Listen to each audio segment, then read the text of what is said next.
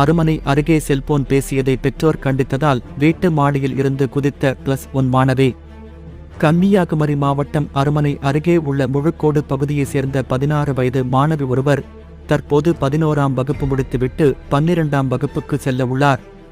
தற்போது விடுமுறை நாட்கள் என்பதால் மாணவி எப்போதும் நண்பர்களுடன் நீண்ட நேரம் செல்போனில் பேசிக் கொண்டிருப்பது வழக்கம். இதனை பெற்றோர் கண்டித்தனர்.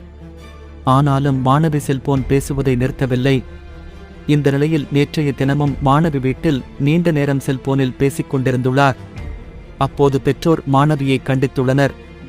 இதனால் மனமுடைந்த மாணவி திடீரென வீட்டின் மாடிக்கு சென்று அங்கிருந்து கீழே குதித்துள்ளார்.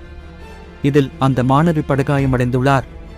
இதனை பார்த்து அதிர்ச்சியடைந்த மாணவியின் பெற்றோர் மகளை மீட்டு ஆசாரிபள்ளம் அரசு மருத்துவமனைக்கு கொண்டு சேர்த்தனர்.